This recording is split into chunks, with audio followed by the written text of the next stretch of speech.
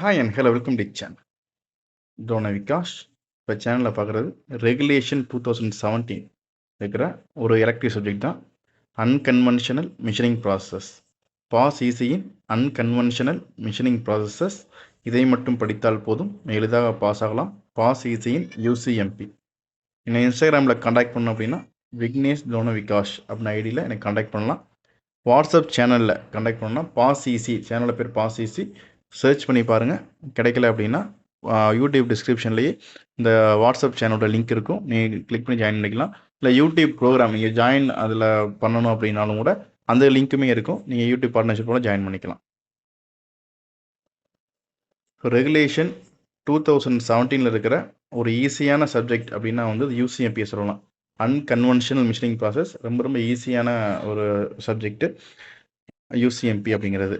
இதை நம்ம படிக்கணும் அப்படின்னா மொத்தமாக அதில் இருக்கிறதே 17 ப்ராசஸ் தான் இருக்குது. இந்த 17 ப்ராசஸில் நம்ம ஒரு 13 ப்ராசஸ் மட்டும் படித்தோம்னா போதும், உறுதியாக நம்ம வந்து பாஸ் பண்ணிக்கலாம். ஈஸியாக வந்து கிரேடும் இம்ப்ரூவ் பண்ணலாம். சரிங்களா? எப்படி படிக்கலான்றதை நான் சொல்கிறேன். இதை ஃபஸ்ட்டு ஒன் பை ஒன்னாக நம்ம பார்க்கலாம்.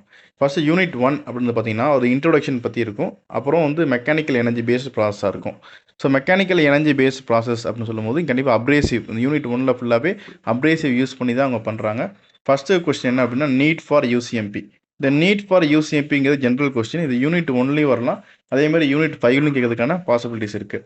அடுத்து ஏஜேஎம் அப்படின்னா அப்ரேசிவ் ஜெட் மிஷினிங், டபிள்யூஜேஎம் அப்படின்னா வாட்டர் ஜெட் மிஷினிங், ஏடபிள்யூஜேஎம் அப்படின்னா அப்ரேசிவ் வாட்டர் ஜெட் மிஷினிங், லாஸ்ட்டாக வந்து யூஎஸ்எம் அல்ட்ராசோனிக் மிஷினிங். நாலுமே பார்த்தீங்கன்னா அப்ரேசிவ் யூஸ் பண்ணுறாங்க. ஸோ அப்ரேசிவ் எங்கெல்லாம் யூஸ் பண்ணுறாங்களோ கண்டிப்பாக அந்த மெட்டல் வந்து பிரிட்டில் இருக்கணும். இந்த பிரிட்டில் மெட்டீரியல் இருந்தால் மட்டும்தான் அதை வந்து அப்ரேசிவ் யூஸ் பண்ண முடியும். ஆனால் டக்டைல் மெட்டீரியலில் நீங்கள் அப்ரேசிவ் யூஸ் பண்ணீங்க அப்படின்னா அப்ரேசிவ் பார்ட்டிகல்ஸ் வந்து டக்டைல் மெட்டீரியல் இன்சர்ட் ஆகிரும். அதனால் வந்து மெட்டீரியல் ரிமூவ் பண்ணுறது கஷ்டமாக இருக்கும். ஒரு கிளாஸை ரிமூவ் பண்ணுறதுக்கு கண்டிப்பாக என்ன செய்வாங்க அப்படின்னா அவங்க வந்து இப்போ ஒரு அப்ரேசிவ் யூஸ் பண்ணி தான் ரிமூவ் பண்ணுவாங்க. அப்போ வந்து என்ன கேட்பாங்க அப்படின்னா ஒரு கிளாஸை ரிமூவ் பண்ணுறதுக்கான ப்ராசஸ் என்ன கேட்டாங்க அப்படின்னா இந்த ப்ராசஸ் சூஸ் பண்ணிக்கலாம். முக்கியமாக அல்ட்ராசோனிக் ப்ராசஸ் நீங்கள் வந்து நமக்கு கொடுக்கலாம். அல்ட்ராசோனிக் மிஷினிங் வந்து நம்ம ஈஸியாக நம்ம வந்து கொடுக்கலாம். சரிங்களா? அப்போ இந்த மாதிரி கொஷின்ஸ் வந்து ஒரு ப்ராசஸை வந்து டேரெக்டாக கொடுக்காம இன்டேரக்ட் கேட்குறாங்க அப்படின்னா யூனிட் 1லே பார்ட் சி பற்றி கேட்கலாம். இல்லை வந்து யூனிட் 5லோட கொஷின் வரலாம். இன்டேரக்டாக கொஷின் வந்து யூனிட் 5லேயே வரலாம், டேரக்ட் கொஷின் வந்து யூனிட் 1ல் வரலாம். சரிங்களா? ஸோ நம்ம சொல்லும் போதே யூனிட் 1 யூனிட் 5 என்னன்னு தெரிஞ்சுக்கங்க.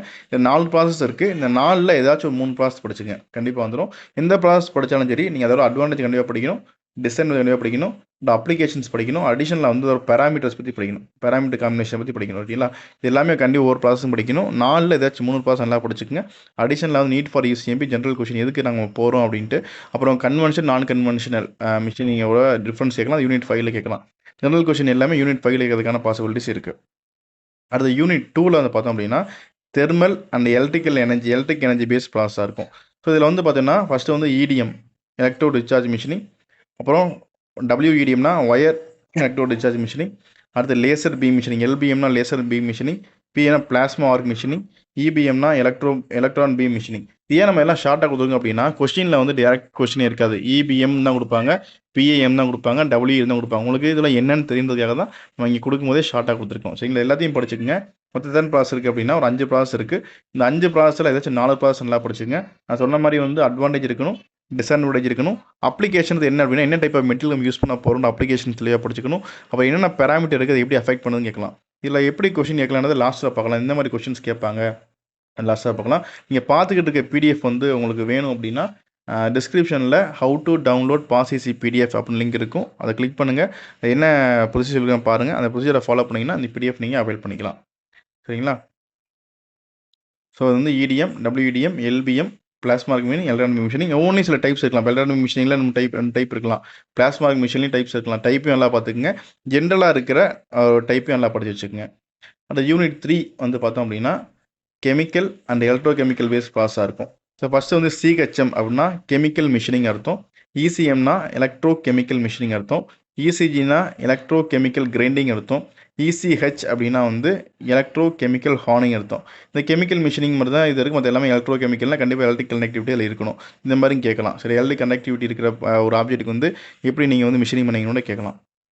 எலக்ட்ரிக் கண்டக்டிவிட்டி இல்லாத மெட்டீரியல் பண்ணணும்னு கேட்கலாம். இது எல்லாமே நீங்கள் என்ன செஞ்சுக்கணும் நம்ம தெளிவாக பார்த்துக்கணும். அந்த மாதிரி நம்ம இன்டேரக்ட் கொஸ்டின் எல்லாமே பார்த்தீங்கன்னா யூனிட் 5ல் கேட்கலாம், இல்லைனா பார்ட் சியில் கேட்கலாம். அடுத்து யூனிட் 4ல் வந்து பார்த்தோம் அப்படின்னா அட்வான்ஸ்டு நேனோ ஃபினிஷிங். முன்னாடி பார்த்தோன்னா ஃபினிஷிங் ப்ராசஸ், இப்போ பார்த்தா நேனோ ஃபினிஷிங் ப்ராசஸில் போயிட்டோம். ஸோ நேனோ ஃபினிஷிங் ப்ராசஸில் பார்த்தோம் அப்படின்னா ஃபர்ஸ்ட் வந்து ஏஎஃப்எம், அப்ரேசிவ் ஃப்ளோ மிஷினிங். அடுத்து சிஎம்பி, இதெல்லாம் வந்து ஒரு புது டாபிக்ஸ். இப்போ வந்திருக்க ஒரு புது டாபிக். சிஎம்பி அப்படின்னா கெமோ மெக்கானிக்கல் பாலிசிங். அடுத்து எம்ஏஆர்எஃப் சொல்லுவாங்க, magnetic abrasive rheological finishing process. அடுத்து பார்த்தோம்னா MRAFF, magnetic rheological abrasive flow finishing. இதில் வந்து கொஸ்டின் கேட்கலாம். இந்த 4 டாப்பிக்கில், மொத்தம் 4 தான் இருக்குது. இந்த 4ல் ஏதாச்சும் 3 நல்லா படிச்சுங்க. ஸோ 3 எப்படி சொல்கிறேன், 3 ஒரு எந்த ப்ராசஸ் எடுத்தாலும் அட்வான்டேஜ், டிஸ்அட்வான்டேஜ், அப்ளிகேஷன், அதோட ப்ராசஸ் கண்டிப்பாக தெரிஞ்சுக்கணும். இப்போ நீங்கள் கெமிக்கல் எடுத்தீங்க முன்னாடி பார்த்தோம் இல்லையா, யூனிட் 4ல் வந்து, சரி யூனிட் 3ல் வந்து இந்த கெமிக்கலில் எலக்ட்ரோகெமிக்கல் பார்த்தோம் இல்லையா, அது என்ன கேட்பாங்க அப்படின்னா எட்செண்டை பற்றி கேட்கலாம். எட்செண்டை பற்றி கேட்கலாம். அப்புறம் மாஸ்கண்டை பற்றி கேட்கலாம். மாஸ்கண்டை பற்றி எக்ஸ்பிளைன் பண்ணி கேட்கலாம். இந்த மாதிரி ப்ராசஸ் பற்றி எக்ஸ்பிளைன் பண்ணாமல் ப்ராசஸ் பேராமீட்டர் வச்சு பண்ணுறதுக்கு இந்த யூனிட் 3ல் வந்து பாசிபிலிட்டி சரியாக இருக்குது. மற்ற யூனிட்டில் அந்த அளவுக்கு பாசிபிலிட்டி இல்லை. ஆனால் யூனிட் 3ல் மட்டும் பார்த்தீங்கன்னா டைப் ஆஃப் எட்செண்டை எக்ஸ்பிளைன் பண்ண சொல்லலாம், டைப் ஆஃப் மாஸ்கண்டை எக்ஸ்பிளைன் பண்ண சொல்லலாம், இல்லை ஒரு மெட்டீரியலுக்கு இந்த மாதிரி மாஸ்கண்ட் யூஸ் பண்ணுவாங்கன்னு கேட்கலாம். சரிங்களா, ப்ராசஸ் இல்லாமல். அதனால் கொஞ்சம் இதை பற்றி தெளிவாக படிச்சுங்க, எட்செட்னா என்ன, மாஸ்கண்ட்னா என்ன அப்படின்ட்டு. அப்புறம் யூனிட் 5 இந்த லாஸ்ட்டாக யூனிட் 5 வந்து பார்த்தீங்க அப்படின்னா 2017 ஆட் பண்ண ஒரு புது டாபிக். இது வந்து ரீசன்ட் ட்ரெண்ட்ஸ் இன் நான் ட்ரெடிஷ்னல் மிஷினிங் ப்ராசஸ் அப்படிங்கிறது ஒரு டைட்டில். இதில் ஜென்ரல் கொஷின் நிறைய முன்னாடி சொன்னோம் இல்லையா, ஜென்ரலில் கேட்குற எல்லா கொஷின்ஸுமே இதில் கேட்கலாம். அப்புறம் வந்து any processes from unit 1 to 4. இது எப்படி கேட்பாங்க அப்படின்னா டேரெக்டாக வந்து எக்ஸ்பிளைன் அப்ரேசிவ் ஜெட் மிஷின் கேட்க மாட்டாங்க. அப்போ என்ன கேட்போம், இன்டேரக்ட் கொஷினாக இருக்கும். ஒரு கிளாஸை வந்து மிஷினிங் பண்ண என்ன டைப் ப்ராசஸாக இருக்கணும், இல்லை எலக்ட்ரிக் கனெக்டிவிட்டி உள்ள ஒரு பொருளை மிஷின் பண்ண டைப் ஆஃப் ப்ராசஸ் யூஸ் பண்ணணும். அப்போ அதில் அட்வான்ஸ் ப்ராசஸ் என்னன்னு கேட்கலாம். இப்போ ஏடபிள்யூஜேஎம் பார்த்தோம் இல்லையா, அப்ரேசிவ் வாட்டர் ஜெட் மிஷினிங்கிறது அட்வான்ஸ் ப்ராசஸ். அதை வந்து எனி இதில் கேட்கலாம். அட்வான்ஸ் ப்ராசஸில் அப்ரேசிவ் வாட்டர் ஜெட் மிஷினிங் கேட்கலாம். சரிங்களா. அப்புறம் comparison of conventional non conventional process, இது யூனிட் 1லையும் கேட்கலாம், யூனிட் 5லையும் கேட்கலாம். ஸோ ஜென்ரலாக நீங்கள் இதெல்லாம் படிக்கிறீங்களோ அதெல்லாம் யூனிட் 1லையும் யூனிட் 5லையும் கேட்கறதுக்கான பாசிபிலிட்டிஸ் இருக்குது. அதே மாதிரி யூனிட் 5ல் வந்து உங்களுக்கு அட்வான்ஸ் ப்ராசஸ்னால் நீங்கள் எது எல்லாமே அட்வான்ஸ் ப்ராசஸ் தான். இப்போ அட்வான்ஸ் ப்ராசஸ் சொன்னாங்கன்னா நீங்கள் யூனிட் 4ல் இது எல்லாமே ரீசெண்டாக வந்து அட்வான்ஸ் ப்ராசஸ் தான். யூனிட் 4ல் எந்த ப்ராசஸ் வந்தாலுமே உங்களுக்கு மார்க் இருக்கும். சரிங்களா. அதனால் எல்லா ப்ராசஸ் தெளிவாக படிச்சுக்குங்க. அதை சொல்கிற மெத்தடில் படிங்க. அதே மாதிரி இன்னொரு விஷயம் என்ன அப்படின்னா, இதில் டேரக்ட் ஹவுஸ்லேருந்து கொஸ்டின் கேட்க மாட்டாங்க. Explain the process parameters of abrasive flow machining அப்படின்னு கேட்கலாம். ஸோ அப்ரேசிவ் ஃப்ளோ மிஷினிங் கேட்டாங்கன்னா ப்ராசஸ் பேராமீட்டர் படிச்சிருக்க மாட்டீங்க, இல்லை தெரியல அப்படின்னா.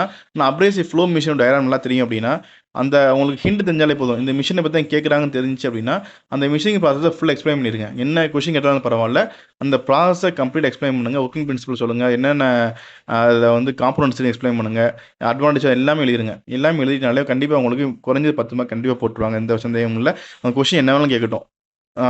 How to you select process parameters for ultrasonic machine கேட்டாங்கன்னா உங்களுக்கு தெரிஞ்சால் எழுதுங்க, தெரியலையா அல்ட்ராசோனிக் மிஷின் பற்றி ஃபுல்லாக எழுதிட்டு வாங்க. கண்டிப்பாக எழுதுனதுக்காக ஒரு மார்க் வேணால் நீங்கள் ஃபைனலில் இருக்கீங்க, கண்டிப்பாக உங்களுக்கு மார்க் நல்லா வரும். நான் வந்து உங்களை வந்து படிக்கக்கூடாது, அதாவது திசை திருப்பல, தப்பான டைரக்ஷனை கொடுக்கல. இதை படிச்சுட்டு போனீங்கன்னா இப்படியாச்சும் எழுதி நீங்கள் பாஸ் பண்ணலான்றது தான் சொல்கிறேன். சரிங்களா. ஸோ இவ்வளோ யூனிட் 5ல் பார்ட் சி கொஷின்ஸும் இதுக்குள்ளே வந்துடும். சரிங்களா.